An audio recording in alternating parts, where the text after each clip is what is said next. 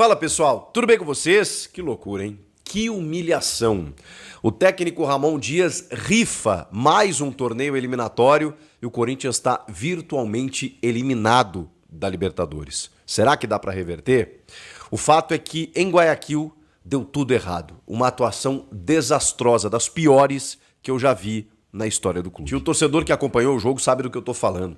A atuação ela foi terrível em todos os aspectos. Num técnico inventando um sistema tático e uma escalação para um jogo decisivo no começo da temporada, fazendo testes, coisa que a gente alertava para não fazer. De jogadores que não conseguiram, obviamente, por conta desse sistema, se encontrar dentro do jogo. E aí sim, o Corinthians amassado, dominado, amplamente encurralado por um time mediano do continente, que é o Barcelona de Guayaquil. Vamos combinar. Não estamos falando de um time como o River Plate, de um time brasileiro, né, do Flamengo da vida, um Palmeiras no auge. Não estamos falando nada disso. Estamos falando de um Barcelona de Guayaquil, que é muito mais time do que a Universidade Central da Venezuela. Pois bem, já na fase anterior, o Corinthians foi se classificar diante de um time semi-amador da Venezuela aos 41 minutos do segundo tempo, num gol salvador, depois de tomar 3 gols desse adversário. Aí chega nessa partida, num confronto muito mais difícil, contra um time que está invicto, é verdade, esse ano, aliás, há 12 jogos, contando o ano passado, que a gente sabia ia ser mais complicado. Mas espera aí, eu não imaginei que o Corinthians, de novo, fosse favorecer a situação, fosse permitir a situação que permitiu, como fora já contra o Flamengo ano passado, contra o Racing, né, Ramon Dias? É impressionante. O Ramon ele tem uma urticária com o jogo eliminatório, com o jogo mata-mata. Ele precisa fazer alguma coisa, e normalmente uma coisa errada. Ele não escolhe os melhores jogadores, ele inventa escalações, ele muda sistemas e o time não consegue corresponder. E isso é culpa de quem? É óbvio que é do treinador. É óbvio que eu vou cobrar de quem? Eu vou cobrar dos jogadores, claro, dos principais jogadores. Agora eu tô vendo aí muitas críticas, por exemplo, ao Breno Bidon, ao Memphis Depay, ao Yuri Alberto. Vamos lá, eu não vou passar pano aqui. O Bidon jogou horrendamente, jogou muito mal e sou fã desse moleque incondicional. Acho que ele é muita bola. Inclusive, a primeira grande jogada, e talvez a única do Corinthians no jogo, tenha sido um chute do Memphis Depay em cima do goleiro numa jogada do Bidon, porque esse é o jogo dele. Não é o jogo de ficar exposto completamente, jogado aos leões, como o Ramon fez. Ah, usei 3 zagueiros. Sim, mas para começar ele não usa os melhores ou o melhor entre os 3 zagueiros, que é justamente o André Ramalho, que tá bem, tomou um gol em cima dele ainda no segundo tempo, para pincelar de coisa ruim ainda, mas quando você não tem o José Martínez, que ele perdeu as vésperas do jogo por um desconforto no joelho, já não tem o Ranieri, você não tem uma proteção à defesa. Então o André, ele é aquele híbrido, porque aí você, obviamente, não abdica tanto do jogo, você tem 3 zagueiros, mas você tem um cara que sai pro jogo com a bola dominada e não colocaria o Gustavo Henrique, que estaria fazendo o seu segundo jogo na temporada. O Gustavo Henrique quase cometeu um pênalti e quase fez um gol contra. Aliás, fez, mas aí corretamente a arbitragem anulou por impedimento. Ele estava no segundo jogo dele no ano. E no sistema de 3 zagueiros, o André Ramalho foi gigante ano passado. Pois aí justamente quando ele volta com esse sistema, ele não escala o André, que poderia fazer quase que um volante para ter mais proteção à defesa e ainda ter uma boa saída de bola. Ele não faz isso. Ele bota o André no segundo tempo para jogar numa linha de 4, porque aí ele tira os 2 zagueiros. Parabéns, Ramon. Tudo errado, tudo errado. Então, assim, o Breno Bidon, junto do Alex Santana, eles ficaram alinhados numa primeira função e o Rodrigo Garro na armação. Gente, não houve conexão nenhuma entre os setores, porque esse time nunca jogou junto. E aí, como é que você espera que um time que nunca jogou junto tenha uma atuação convincente num jogo decisivo de pré-Libertadores? Cara, é tão óbvio, mas é tão cristalino que eu não consigo entender como um técnico desse quilate, um técnico do Corinthians, não consigo enxergar isso. Que eu aqui desse lado tenho que berrar no microfone que isso é errado. Que eu ousei falar nas entrelinhas. Gente, ele não vai inventar, né? Vamos no losango, volta, né, com um empatezinho, até derrota simples, beleza, porque reverte em casa. Tomou 3 no lombo e poderia ter tomado mais.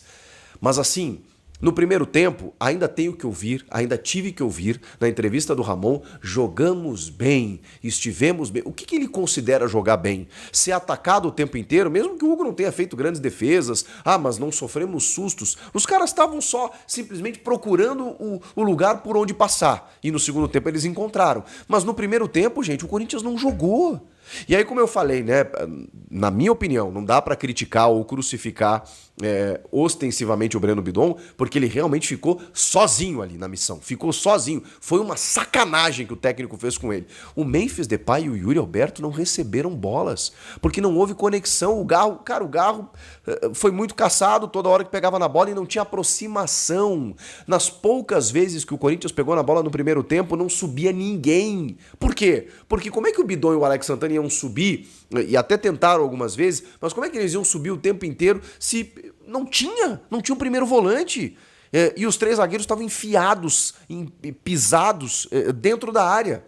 Como que ia acontecer? Um espaçamento, gente, de blocos dos três zagueiros, os dois volantes e os praticamente três atacantes. Não tinha conexão e o Barcelona deitando pelos lados do campo. Mas assim, o Carabali pela direita, o Orozco pela esquerda, mas foi uma festa no seu rádio.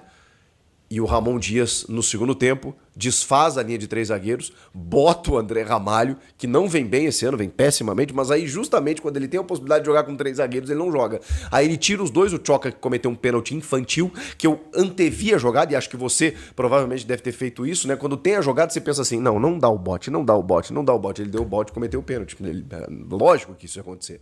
No segundo tempo, aí ele tira o Félix Torres também, que pouco fez, estava amarelado e tudo mais, para botar o André Carrilho. E aí o time fica mais exposto.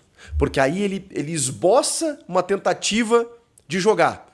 Só que aí o Barcelona já tinha encontrado a maneira de chegar até o ataque, né, com muita velocidade, troca de passe. E o segundo gol, pelo amor de Deus, o segundo gol parecia o Real Madrid, gente. Parecia o Liverpool, não esse que jogou contra o PSG, né? Mas o Liverpool da Premier League. Aqui, ó, pum, pum, pum, só tapa.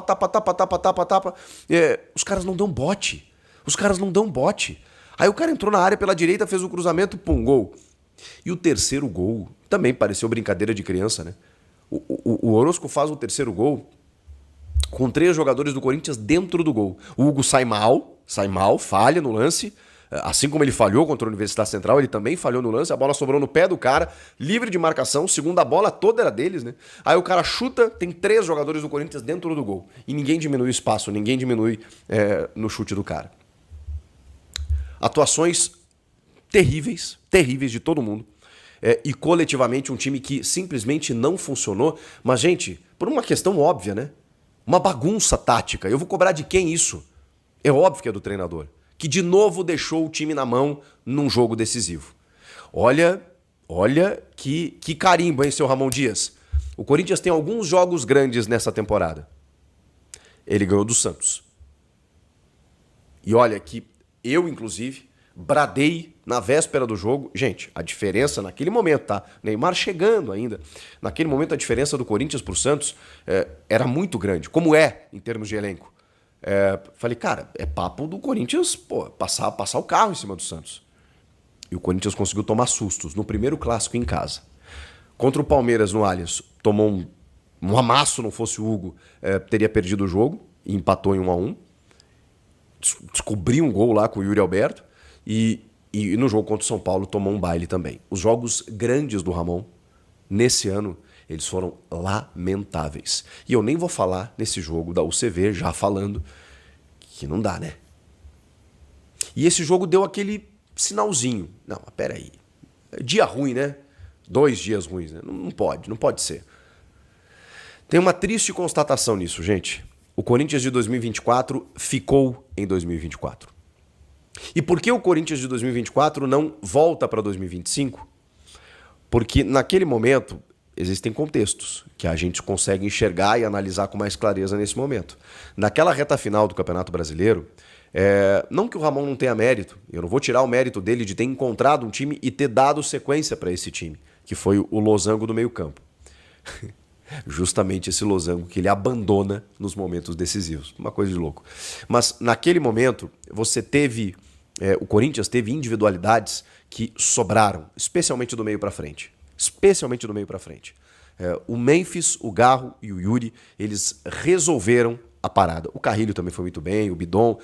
Aquele time funcionou, encaixou. Mérito do Ramon de ter encontrado aquele time, beleza. Mas, invariavelmente, quando você tem uma sequência de jogos de pontos corridos, você está navegando em águas mais tranquilas. Quando você precisa de uma estratégia pontual para vencer uma partida, e isso se volta e se verifica muito mais claramente no jogo de mata-mata, você precisa do treinador.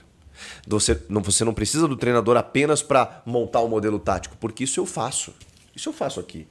Carrilho vai aqui, Bidon, Ranieri, pronto, Garro. Aí Memphis e Depay lá na frente e pronto, acabou. Isso eu faço. Isso qualquer um faz que acompanha futebol. Posicionar jogador, definir um time, ele tem esse mérito de ter descoberto o time e mantido o time. Agora, o restante foram os caras que fizeram. E aí, quando você tem um jogo de mata-mata em que as adversidades aparecem, você perde um primeiro volante, você não tem, daqui a pouco, o teu jogador que você estava acostumado num nível mais alto, ou está com uma dificuldade física, você precisa fazer o quê? Você precisa se voltar para o elenco, você precisa encontrar soluções, você precisa usar uma estratégia dependendo do adversário que você tem. Em todos esses momentos, o Ramon não soube o que fazer. Então, meus amigos, eu tenho outra, não tão triste, mas outra constatação para vocês. O Ramon não é técnico para o Corinthians.